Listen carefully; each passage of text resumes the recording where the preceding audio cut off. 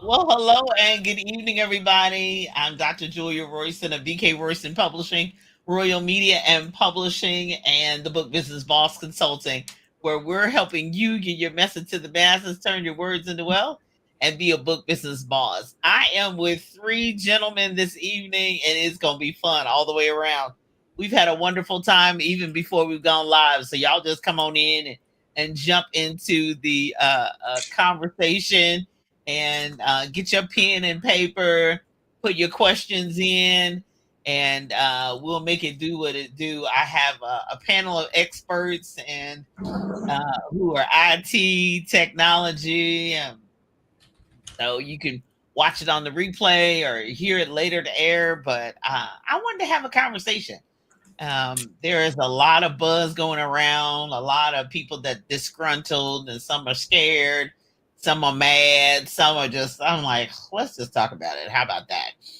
So, the impact of AI and what it's all had is really what we're going to talk about tonight and go from a few aspects. So, jump on in, let folks know we're on and all that good stuff. So, I first want each of them to introduce themselves, tell us where they're from. And if you're watching tonight, I'm going to put up their information of where you can find them and reach out to them. And then you can always connect with them later, follow them on social media. So I want to introduce themselves, tell us where they're from, where you can find them on social media and their website. We'll start with you, Dr. Hassel, and then we'll go around Alex and then Brian. Go right ahead. Thank you, Miss Julia. Good evening, everyone. My name is Dr. Robert Hassel. I serve as the Executive Director for the Immersive Technology Division at Tennessee State University. I'm also privileged to serve as the Regional Bishop for the South Central Region of Celebration of Praise Ministries Incorporated. I do wear several hats where I'm the National Christian Education Auxiliary Officer. So I traverse the academic and religious fields and marketplace. I'm excited to be here tonight with my fellow colleagues and this amazing host to discuss this amazing issue concerning artificial intelligence and to help dispel some of the myths, some of the fear regarding it. You can reach out to me on Facebook. I have 3 pages. You can come to either one of those personal pages, which I'm sort of candid, funny, Dr. O'Keefe Hassel, or you can connect with me on my public figure page at Dr. Robert O'Keefe Hassel, or follow me on Instagram at Dr. O'Keefe Today. Thank you. No problem. Alex Fox. Yeah, I am Alex Fox. I am a cybersecurity professional in the private sector. I have over a decade of experience in information technology. Been brought on this panel to kind of have some of the points of views of security concerns when it comes to generative AI. And I'm from Louisville, Kentucky. And you can find some of my cybersecurity content on my blog at echo411.blogspot.com. Awesome. Mr. Royston, I'm going to send them to the calendar. How about that? I'm Brian Royston, and I'm just a user. Okay, now Brian. I've been in IT for over 30 years. I'm now retired, and I just help Julia with her business and help her with the IT and exploring new things that can help us with her business. Thank you. And he says help. He means overwhelmed. Like, have you tried this? You know, you need to try this. Well, well, I'm going to be honest with you. He's really the one. I'm kind of the sit back and wait to jump in person, and he's not. He's like the typical man who has no problem going looking at the car and kicking the tires and opening up the doors and having to sit down and might even turn his driver's license over to take a test drive. I'm like, I'll wait till after he kicks the tires and test drive, then he's gonna force feed me to actually do it. So I think we need to go back a ways. I've seen all kinds of dates online of actually kind of the historical background of artificial intelligence, or as we now say, the kids say AI. And so so really kind of in y'all's opinion, how long have we have we really had it and we didn't know we had it? Oh, since the 50s. It's been Yeah, absolutely. If we're talking about how we think of artificial intelligence as we see it today. It started around 1950 when Alan Turing first turned in the paper that contained the Turing test, which was a test designed to be a thought problem, kind of revolving around if a person could tell the difference between a thinking computer versus a human in the same scenario. After that, in 1956, I think it was, John McCarthy actually coined the term artificial intelligence at a work group in Dartmouth College. So we've been having it for a minute, way before I was born or Dr. Hassel was born. So now we've got, fast forward to, I guess what, the last since COVID, last 3 years, it's really taken and one of the first, I guess, pushbacks was in the academic community. Right. Yeah. So that's your world, Dr. Hassel. They just like, no. Yeah, they are. But the crazy thing about it is, like, we have to go back to the 1990s when there was like a machine learning revival. And so this was where machine learning gained prominence. You developed your stronger theoretical foundations, and you had an introduction of more sophisticated neutral or neural network architectures.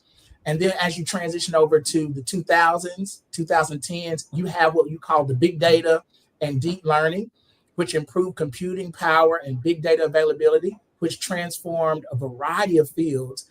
You had deep learning architectures achieved through breakthrough results. IBM Watson actually won Jeopardy in 2011, marketing a milestone in natural language processing.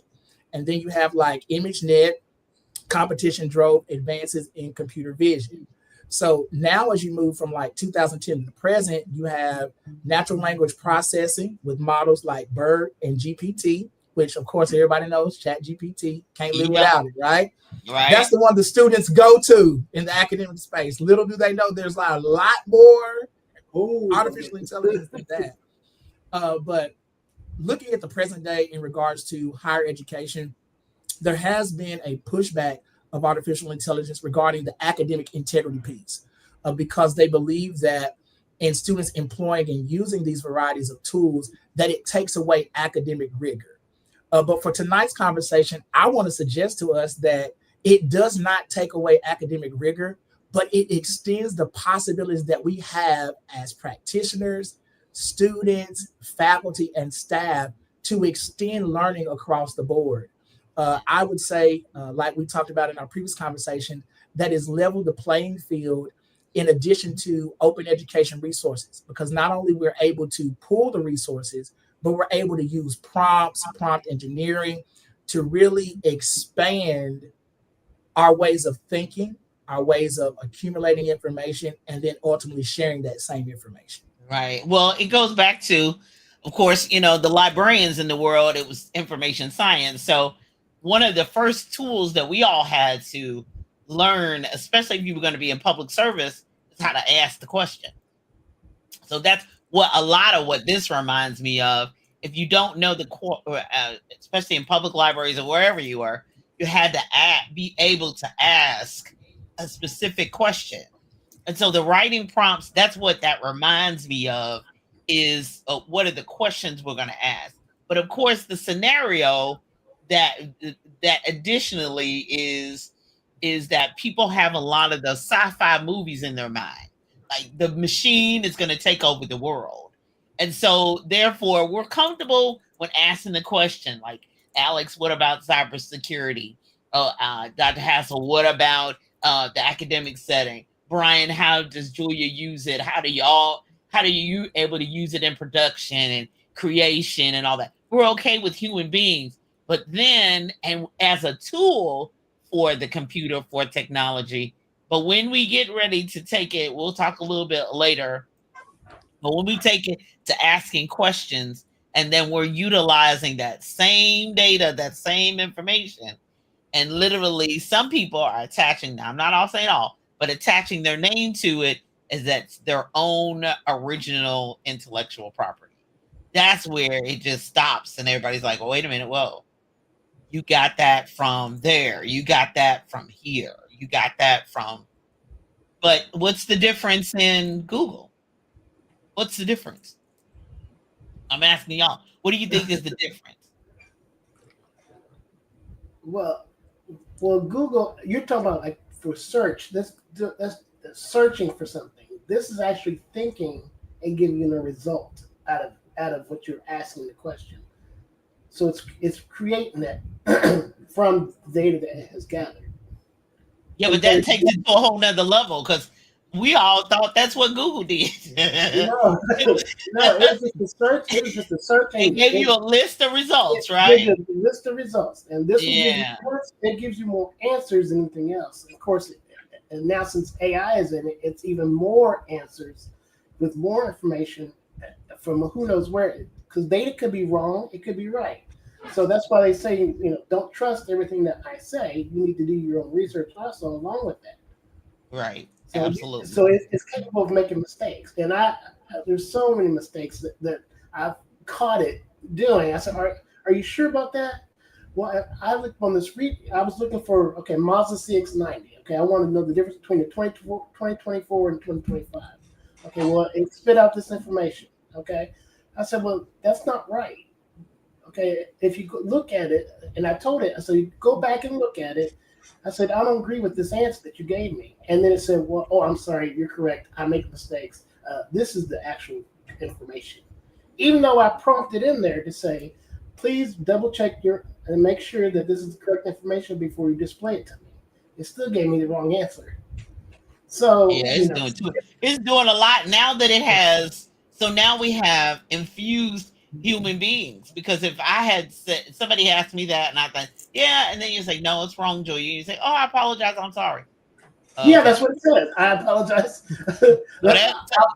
I will try and change it. I will do more research in the future before I spit something out. Basically, what it said. Right. So that's where, Brian was asking me something the other day, and it said, "Hi, Brian. How can I help you today?" I'm like, "Hold on, who's this girl?" I use Gemini. I use Gemini more than Copilot, so I use those two. Copilot. Yeah, I mean, there's ChatGPT.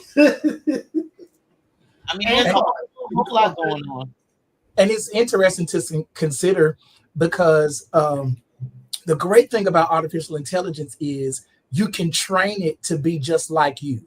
So it is like literally your mind in a digital space. And what I came to discover when it first emerged on the scene was that artificial intelligence has to be trained. So if it's untrained and you prompt it, all it's going to do is pull that general information. And in that, we discovered that it was biased. Yes, culturally, gender-wise, it was very, very biased. And I can remember as Google Gemini developed, one of the essential things that it had in its features was a thumbs up or a thumbs down, because you were a part of training artificial intelligence to actually be efficient and effective for the user. I can remember applications such as Magic School. I'm a Magic School pioneer when they were coming out with all these different devices. And we had the opportunity to be able to screen information for whether it was right or whether it was wrong. And so most people, when they want to say, well, AI is hallucinating, of course it's hallucinating because it does not know what you know. And so you're responsible in helping the artificial intelligence delineate what is right and what is wrong. And so the more we use it, the more we engage it, the more efficient of a system it becomes to help assist us. And I tell people all the time, it is one of the best tools that you can use, because as we look at marketplace, as we look at roles and jobs, everything is digitizing, and they're requiring us, no matter what we do, to be critical and analytical thinkers. And with artificial intelligence, this allows us to go through the complete lexicon, from the foundational tenets of thinking to that actual higher order thinking, which is essential for us making that shift. there was a saying that my provost told me when I was a master's student. And this was when we was entering into the social media dispensation, when everybody was in an uproar, like, oh my gosh. She said to us in class, and this is what the ultimate confirmation that I knew I was in the right space. She said, get wired or get fired. Oh.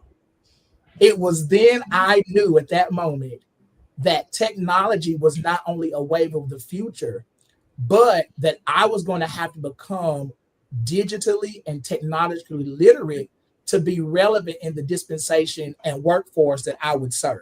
Yeah. And I can tell you from that day to this one, like I never imagined that it would be at this point. But when I look back over the trajectory of how technology is advanced, we were coding with Black Planet. Oh Like, God, I remember that.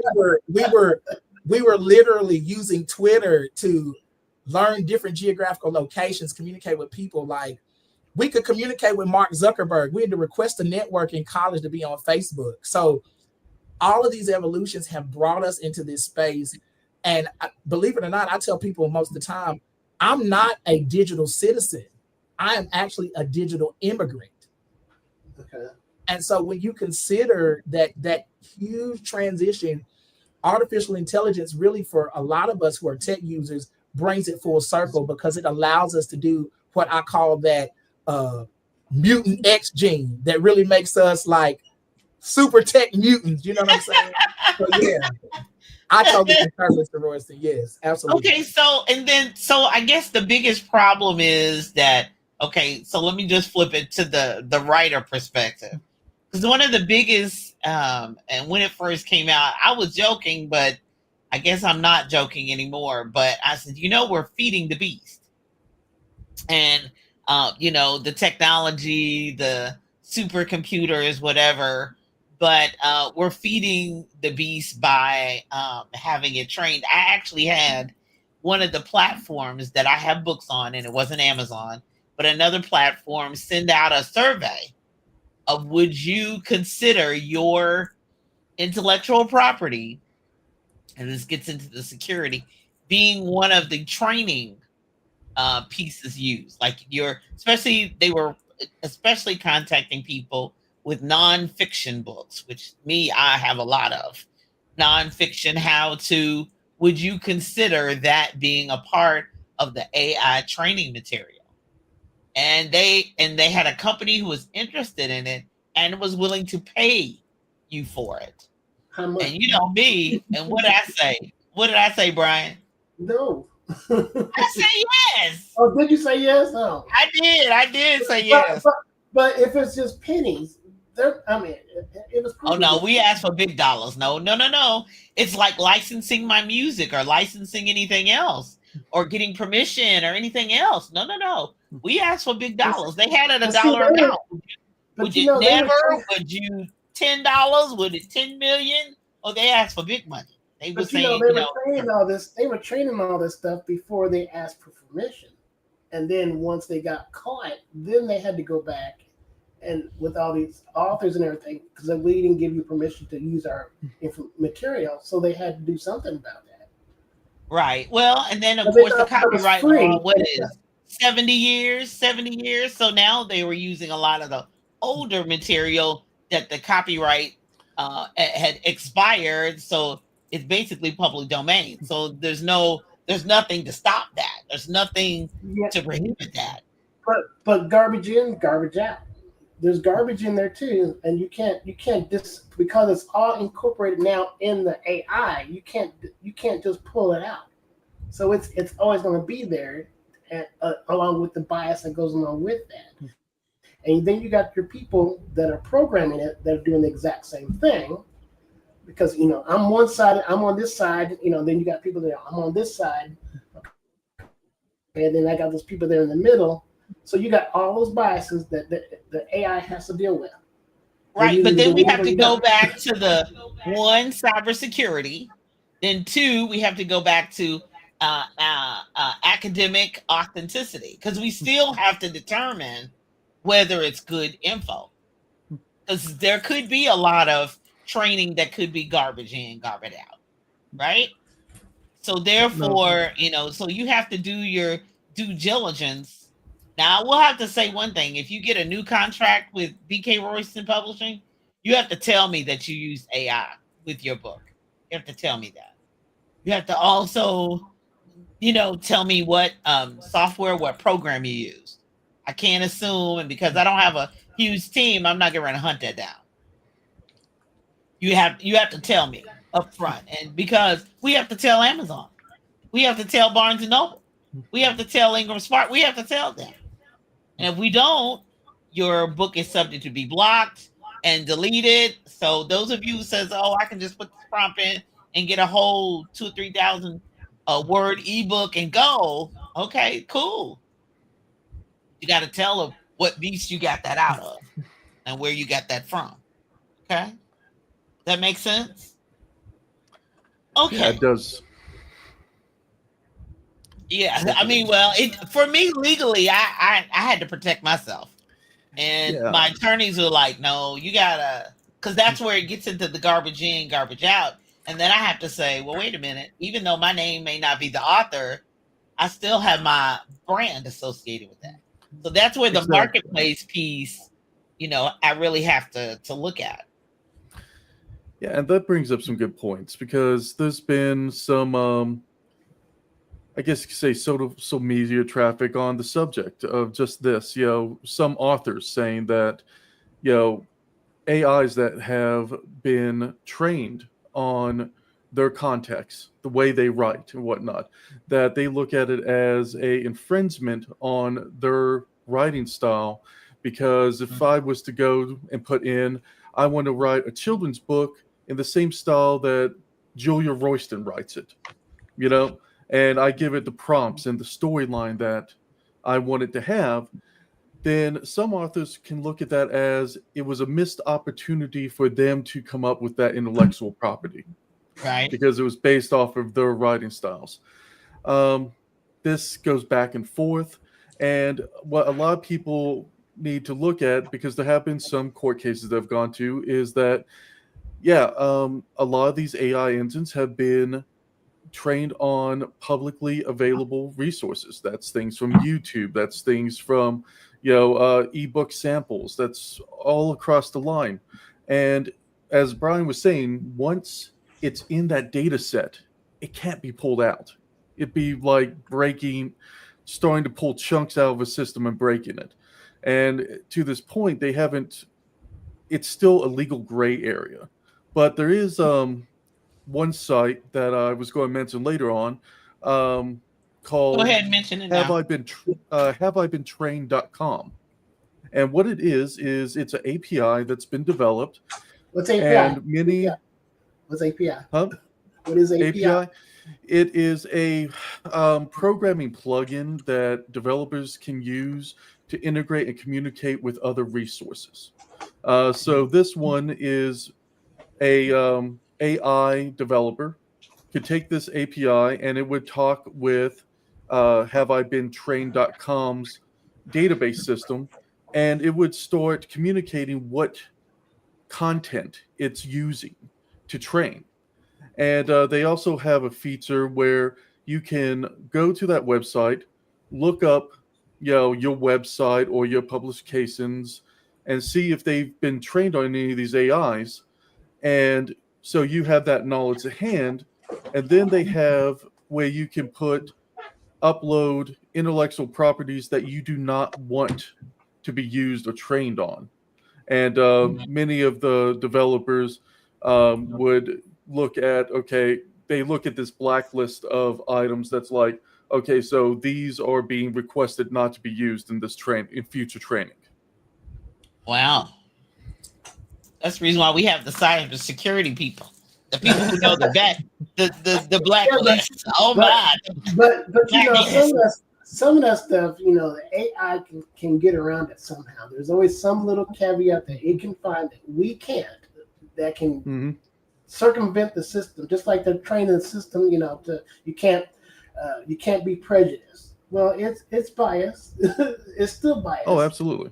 Regardless, just like, Julia and I, we were trying to create an image of a black child, and it said it put guardrails on it. It wouldn't let us. It did one time, but then we tried it again. And it wouldn't create a picture. Yeah. For it. Now that image thing is that's a whole nother conversation. Thank you, love. Welcome, welcome. So that image thing, I like it for general things. Like I'm doing a children's book just on transportation. You know, my thing is let's go. Y'all know I say that all the time. Let's go. It's on all my communication. It's on all my emails, my newsletters. So I did one. You know, boys like cars, but I'm trying to really generate anything that will create interest. So that's kind of okay, but we can't, you know, that same image over and over and over again. I still would need an illustrator to create a main character. It hasn't got there yet. So it would just, you the know, fingers, the hands, the eyes. oh god, yeah, and the teeth and all that. The letters, the teeth. We're still playing with it. We're still doing it. It's getting close though. It's getting real close. Real close. And that's the interesting notion too.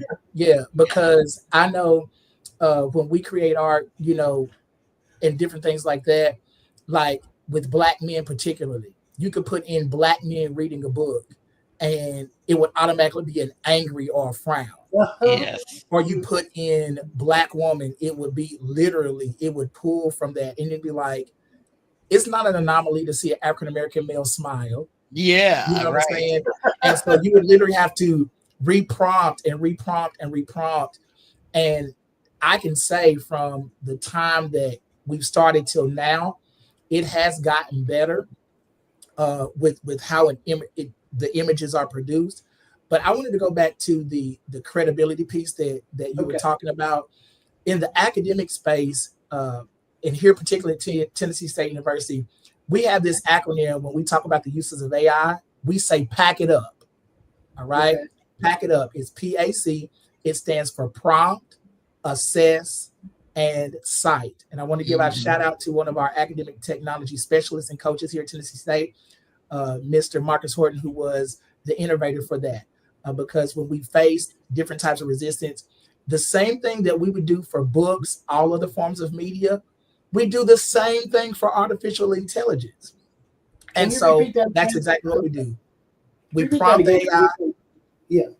Yeah, we assess to see if it's credible or not. Yeah. And then we cite it. But in addition to that, for those academians that may be watching, you know, I love a good free game and love a good tool, right? And I want to always keep us in compliance because, you know, students are slick as a can of Yeah, they are. Yeah, they are. And adults too. Yeah, they are. Yeah, they are. Everything slick don't slide. Yeah, that's right. But one of the tools that I found were very essential in helping students use artificial intelligence and staff members use artificial intelligence in a proper way. There's this site called Perplexity AI. It is Perplexity AI. If you go to Perplexity AI and you log in, you can type in any topic. It will automatically pull the sources from the web. Right? Okay, Perplexity is PERPLEX.TY. .ai. Your life will never be the same because no longer do you have to go through and say, oh, is it credible? It's going to pull the sources that actually are. Okay, is this right? Perplexity.ai. Yes, absolutely. Yes. And it will change your life because it will vet your sources and everything. And it actually pulls from anywhere from that's open source. It will actually pull that information that includes articles and all of that. So that's a way that students can actually vet and check their sources and not be deterred because you actually see what is actually valid regarding that particular topic. Oh yeah, that's gonna help me. That's gonna be. We got to add that to our list, Brian. Yeah. It's in there. It's in my list along with and because here's the thing, like Mr. Royston was talking about how it's still crazy. Like, you know, in academic space, we have Turnitin. Yes. And here's what people don't understand. Turnitin is artificial intelligence. So AI is really checking artificial intelligence, which all of your AI checkers, which you think are just telling you the secrets to the deep beyond, are not. It's really AI checking itself. And they're really not reliable. And students, faculty, staff, you can beat the system because all you prompt the artificial intelligence to do is, if they're writing an essay or paper, make a mistake every other paragraph. And Turnitin won't catch it, because what it's looking for is actual robust words. Like, one of the words that AI looks for is delve. If you use delve, it can flag it. It has a certain level of vocabulary, so it'll flag it. So all students do is work around the vocabulary, work around the technical nuances, and indicate in the prompt what type of mistake they want the artificial intelligence to make, and they can still beat the system. So the goal for the academic side is to say, hey, you don't have to do that. Let me show you how to use this right, so you can get the right results to produce quality work in whatever space you go into. Yeah. What did you say? That's cheating in my book. Well, Brian's 60 too. He's 60 years old. But the thing about it is, that's a good point. Huh? I was saying that's a good point. I was just thinking about, working the system. But here's an example. Is this really working the system? Say I go to ChatGPT, and during its conversation, it updates the memory of that chat. Say I submit to it multiple works that I've done, papers I've written. And then, from that work, I tell it the parameters of a piece I'm working on right now, and want it to, I give it the first draft I have. And then I ask it to optimize based off of my prior writings. At that point, is it not kind of utilizing my own, training to it to basically give me an easier route to a paper that would be more unique to my own style? I would think so, but would you make, for the prompt, would you have to include, this is my writing? You have to get that detail? Oh yeah, you can get that detail. Say, here is some examples. Okay. Yeah, here's some examples of my prior writing. You can upload whole files to ChatGPT, and it will analyze those and look at that and be like, I would like it to be in using my syntax, my language, and my style of writing. Doing that, is it really scapegoating the system? Is it really, trying to find a way around it? Or is it training it to better suit your personal style? I don't know. Y'all have to ask somebody higher than me. I would think so. I agree with Alex, because being a composition professor, composition 1, composition 2, right? You have to teach students how to write. Writing and reading are synonymous, and they just do not like to do it. And so you use artificial intelligence. It comes in particularly handy when it comes to formatting, because in humanities you have MLA, in liberal arts, psychology you have APA. And so writing is one thing, but formatting is another beast altogether. Yeah. And so when a student can put their writing, which really you can initiate in brainstorming phase, into artificial intelligence, right? Put in the prompt, give me a 500-word essay using this content, put this in APA 7th edition format, etc. It literally takes the brainstorming, pre-writing phase, and you enter into draft phase. So in other words, it takes their disorganized ideas and puts them in an organized fashion. And guess what? I'll even say as an instructor, it cuts the time. Because you're able to keep the main thing the main thing. Yeah. You know what I'm saying? Yeah. And even then, I'll even have students, they're like, Dr. Hassel, even though I'm using artificial intelligence, it's harder with AI than it is without it, because I really have to read and assess what I put in the system in order to produce the quality or standard of work that you're asking for. Students can no longer write papers on the surface level or generalize, because you have so much information at your fingertips. But additionally, you have tools that will support you properly framing the context of said information for whatever purposes that you're using it for. Yeah. And then, of course, the other piece is the real serious writers, hopefully, will become better writers. The people who just trying to pass the class to get out, they're not going to really do that much anyway. So this is forcing you to really take it to a whole nother level. Anyway, and I did one for the people who are like, okay, I'm not in school, it's no big deal. I'm not in cybersecurity like Alex, and I'm not really a tech buff like Brian. So this is a really interesting conversation, but I'm not going to really use it. But you're using it every single solitary day. Do you realize that when you send text messages and all of a sudden it says, don't you think you need to say it like this? And that's AI talking.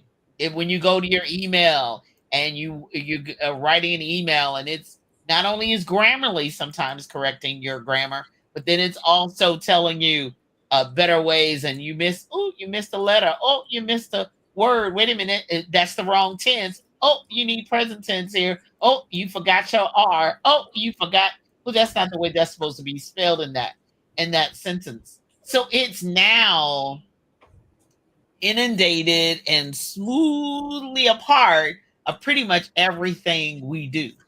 So whether you are wanting to be ChatGPT and do prompts and use Claude and me, I love Crisp.ai because Crisp takes my from Zoom. I got a video, I got an audio. Y'all listen. I'm talking, right? Or I'm having an interview, or I'm just doing a training, or I'm writing a fiction book right now, and I just start talking.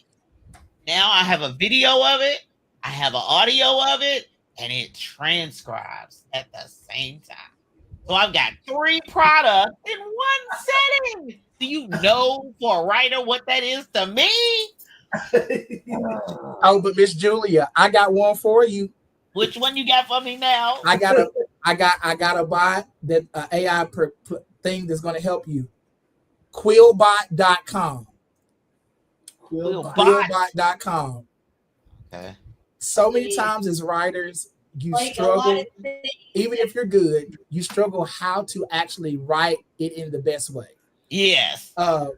When Quillbot first started, you could put it in different tones, and you could put your writing in different tones, and it would generate different outputs. Yes.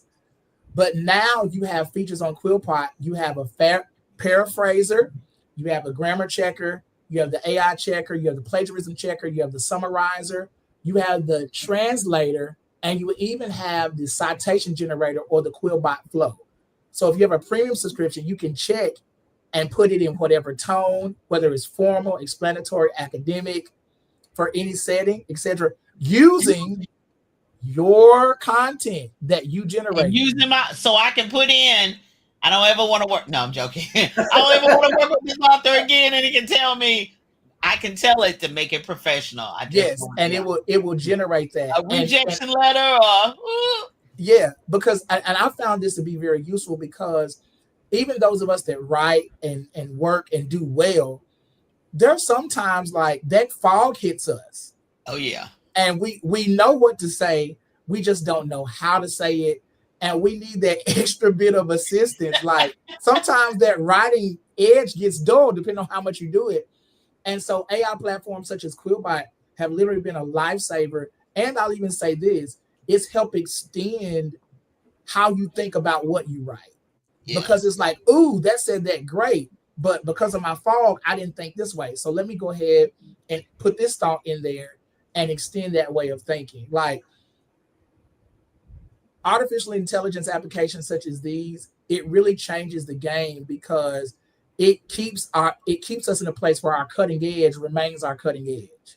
Like it's good to know that as a professional in both ministry and marketplace in a variety of settings, that I won't lose my cutting edge because I have a tool, keyword, not crutch, but tool to constantly assist me in being the best version of myself in every space, whether that's written or communicated. Well, that kind of helps, like, okay, so I have kind of a disability. One of them is I have a short attention span. Okay. 2, okay, my sentence structure is horrible. Okay. So, and I don't, it's not necessarily dyslexia, but I have, my mind, just like now, I can't say what I want to say because I want to make sure the words are correct, but I can type it into AI. That's what I wanted to say. Just these few key words, because like when I was at when I was at my other job, it was horrible for me when I had to write an essay on something, or an article for something, not an article, but some kind of write up. And I had to go over and over again to make sure that I had all my spellings right. What grade level was it? Okay, all this different stuff. And I was paranoid about it because I struggled with it for hours. Now I can just put it right in there, and it's minutes or seconds. It corrects whatever. Literally seconds. Literally seconds. Whatever. And he knows what he wants to say. It's just, yeah. I'm like, wow. So now we have many, many, many tools. Yay! We have many, so many, those, many those tools. disabilities that assist them a whole. It will assist them a whole lot with getting the sentence structure correctly. Because I can visually, I know what I wanted to say. I can, if I see it, I know that's exactly what I wanted, but I don't necessarily know how to produce it. But I know how it's spelled. I know how the sentence structure should be. I know my English. I just don't write that way. I can't write. Yeah. That way. Well, don't worry. He writes that way now, and he helps me write that way. He helps me write that way. So I guess my next thing is, so we've got three tools in addition to the tools we already know. So have I been trained, and then Perplexity.ai, Quillbot, that's BOT.com. No, Quillbot. I think that's what it is. Yes, Quillbot. Quillbot, and then of course we use Crisp. Then we use Quillbot, Dr. Hassel, right? Quillbot.com. Yes. No, is it?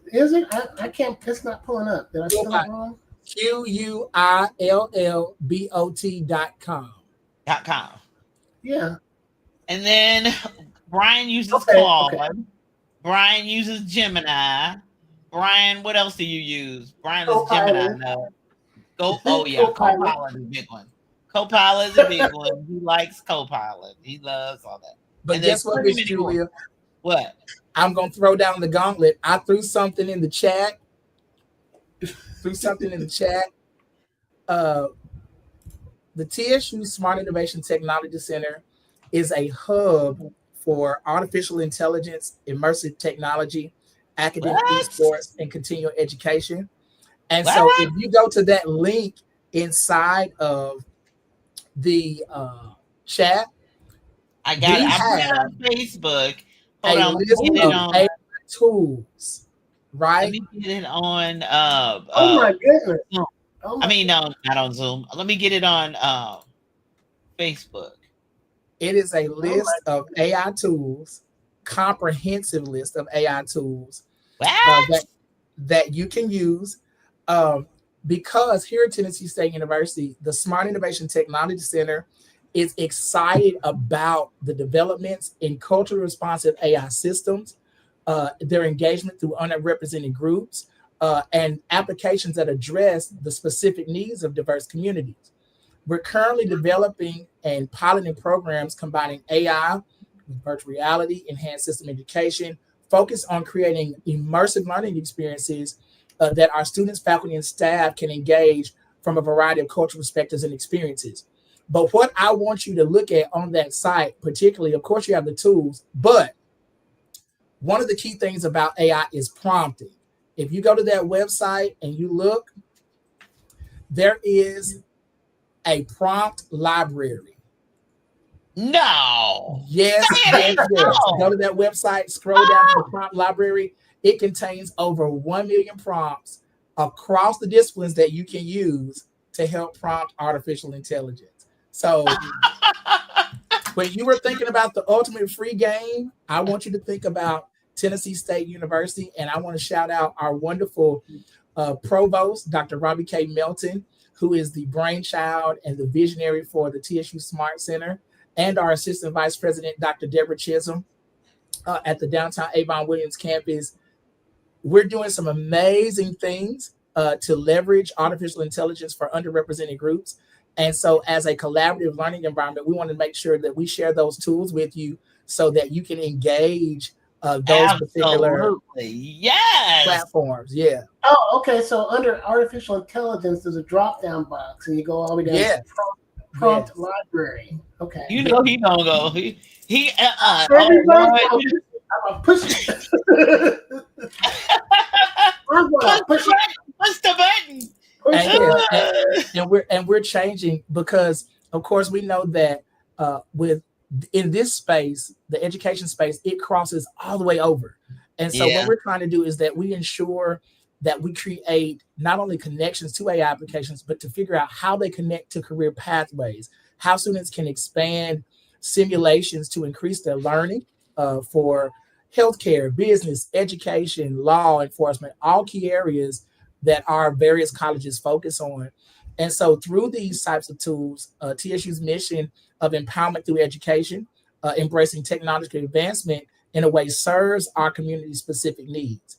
And so we're ensuring that all of our stakeholders are active participants in what we would call a future-ready TSU, which is we're striving to make sure that we provide access to underrepresented groups and all those who are willing to gauge this type of technology. Let me tell you, it's cutting edge, it's life-changing. You lost Brian. Brian's gone. He done gone to the Yeah. Like the ultimate life hack, the free games of the free games. Hey, man, listen. I'm guilty myself. I'm going over this page. This is extremely impressive. And then, I gotta stay focused because I can't even click on it until after we get off of here. Because I tell you what, I'll be done. We all be just staring. They go, what they talking about? They be done lost, guys. Honey, Dr. Hassel done through a whole. We'll be the rest of 2025 trying to go through a million. Brian's got his mouth open. And we're like, I am pro artificial intelligence. Like I am like John the Baptist crying in the wilderness, saying, "Hey guys, the Savior is here. The Messiah is here in living color. Yeah, I'm seeing it for myself." I know it. And I mean, there's just so many ways that it can be used, and now we have a plethora of tools and able to be helpful of that. But then on the other side, I gotta balance it out because the IT people, the IT person will come out in me in a minute. But we still have to be the go back to the pack, the prompt, what was the A? I know Assess. the C was cite, but what was the A? Assess. So we always have to make sure that we're assessing what we're doing, and then that's citing your source. They taught you that back in elementary school. Where did you get it? What book did you get it from?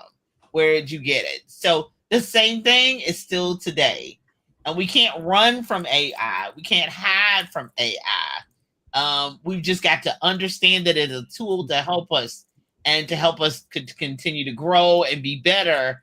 And because I love being able to come up with an adult description for a book, but I said, make it, I don't know which one I was using, probably Copilot. I said, make it appealing for an 8-year-old or elementary school student. And it changed my language. I wrote it, but made it in the language that would go specifically for some child that was 8 or 9 years old, because that was the target audience that I had for that specific book. Now, when I get ready to upload the book, I'm going to have to say, did I use any other AI tool to help me with any parts of this? It was minimal, but it was still there. So I have to be honest and credible to be able to do that as well. Yes, sir. Mr. Royce. Okay, so here's another parlay onto that. A lot of these AI models, they charge a monthly subscription. So we're gonna have, because I'm seeing at least 3 subscriptions right there already. They're $8 a month for each one. Can you imagine if you're gonna have to pick 1 or 2, because that's a monthly subscription that you got to pay, right? Can I tell you the free game, Mr. Royston? Yes, sir. So you have so many tries before you hit a paywall. Okay. So what we tell people is, when you're trying to throw everything you possibly can in those free trials, right? But guess what? If you have more than one email, y'all work that magic. You know what I'm saying?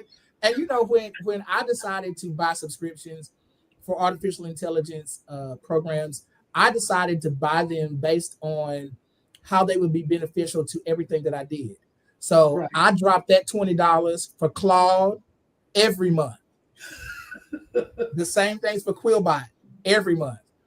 God has blessed me tremendously that I get subscriptions of Copilot, which I get to use all that, you know, Adobe Creative Cloud, all of those things.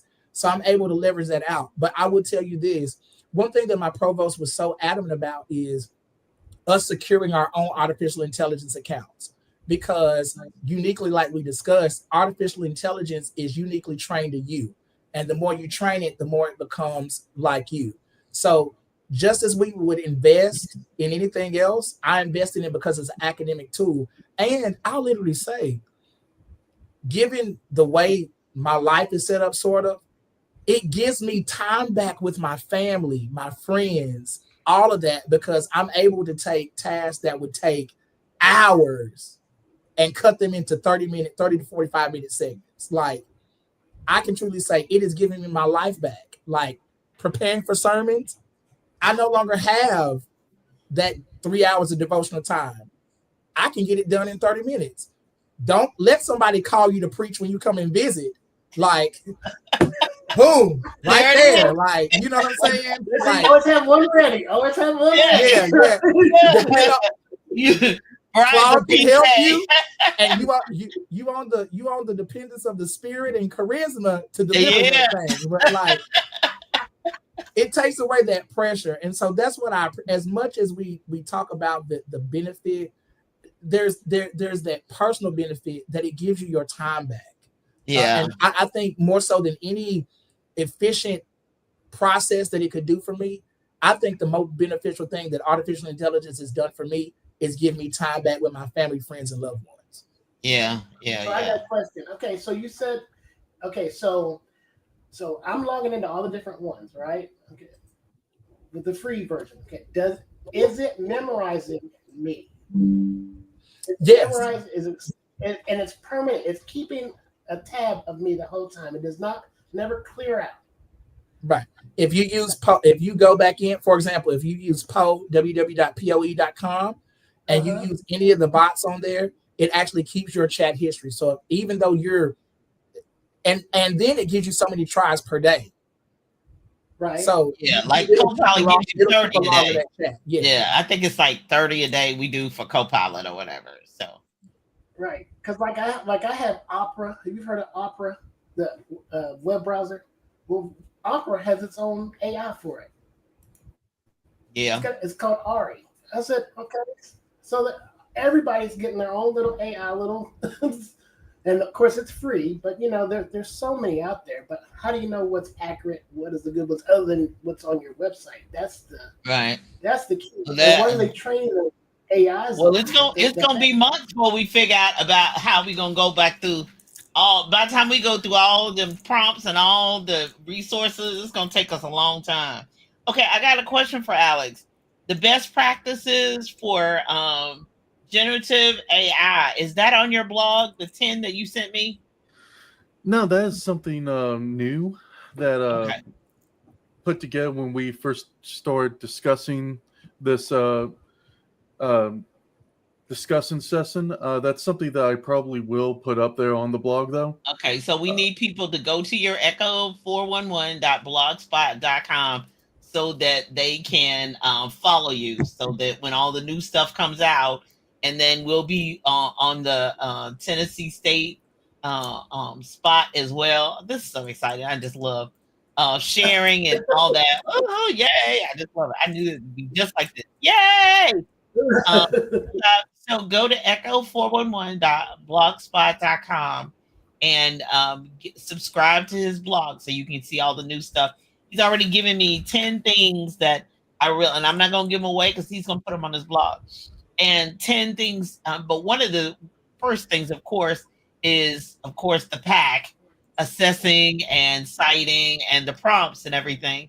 but also being cognizant, especially for authors, of your data and your security. I mean, that I know the all rights reserved people are like, that's not really that big a deal, but as someone who has like the Book Business Boss's trademark, I have to protect it. I know Dr. Hassel has a trademark too as well. So that's something, those are those kinds of things that legally we have to be cognizant of. We have to understand how that works. But, and I know that I can't think of what it is now, but there's the AI that we can actually create and train in our voice. And I have another friend, April, I can't think of April's last name right now, but she actually has created that where everybody has their own quote unquote AI that they're training in their own voice. And I know there's tons of them out there, paid and free, that you can do that. So this is gonna be a new discovery. Just think about when the internet first came out. I remember I was in graduate school and it was a gray screen with this orange flash. And I put in a question and I got this list. Oh yeah, I go back there. It was nothing on the screen. No, what is it? The GUI no hyperlinks, nothing. It was just said, I want articles. Yeah, it was like I just want articles on I don't know how to do search questions because I was in library school at the time. And then I would get a list. And I had to print that list off and go, and then I had to go to the library. I was in library science. I spent all my time in the library because I was getting my master's degree in library science and go through all of the journals. And if one was missing, I'd scratch that book off. Okay, so I go back that far. I go back to Word DOS. Okay, so I go back far. Yeah. I know the stuff that's the old archives and stuff you just see in the computer museums and stuff. What did you have, Brian, when I first married you? What was it? 400, 300? What did you have? And I made you, I said, there's no room for my clothes. Like, and he had to get rid of his computers. 386. About that. 99 4A, yeah. I had. Yeah, he had Commodore 3. He had all kinds of stuff. But I'm like, no, that's got to go. My clothes got to go in there. You married a woman. I got clothes. I'm a church girl at that. But we go fast forward to another sources, technology that we need to learn about. And that's the reason why we had this discussion tonight. So now we got more tools and we know what to do with. But we've got to be educated about it. We've got to learn it. We've got to discover it. We've got to ask the right questions, create the right prompts. We got 1 million of them now. We can test and try and see what results we get. But we've got to not let it take over your whole life, but let it be an assist. Let it be, I put in, I'll be honest, I put in ChatGPT, give me 10 things that successful business owners need to have. It took about 10 seconds. Give me them 10 things. And then, I mean, it was, like Dr. Haskell said, if you don't learn it, you're going to be left behind. If you don't get wired, you're gonna be fired. I like that one. I gotta write that one down. And this, I will say this from a practitioner's perspective, this divide will be bigger than the one with the internet. Yeah. Like, we think that the digital divide is something now. AI, if we don't have accessibility across the board, is literally going to create a chasm in so many fields. Like, and at the rate we're going it's rendering folks obsolete, because even if you don't know how to do by way of experience that, you can become a critical analytical thinker and learn and execute at the same time. Yes. So it cuts out that what I would call the middleman. But one of the things that I want to point to that's also on our website it's called the Arrighi C2 scale, convenience to competence. When you're engaging artificial intelligence, ask yourself, are you using these AI applications for convenience, or are you using them for competence? And the steps from convenience to competence, if you look at that chart that's also on our AI tool site, you will see step by step what it looks like as you move towards competence. Because when you at the convenience scale, you're using it for things like generate me a recipe using these ingredients. Oh, Brian does that. But when you get to the competence level, you're like, okay, I'm making sausage balls, but what is the science behind layering these particular flavors, different things like that? When you get to that higher order in thinking, that's the competence phase. And so this will help That's you what I really delineate where to use tools and how to apply them to certain contexts so that you don't mishandle the tool, but you use it in the most effective medium that would be beneficial to your context. Because the overall goal of artificial intelligence is to assist you in learning. It's a tool and that's what we got to constantly say. Artificial intelligence is a tool for transformative, immersive learning experiences. And cash. do. And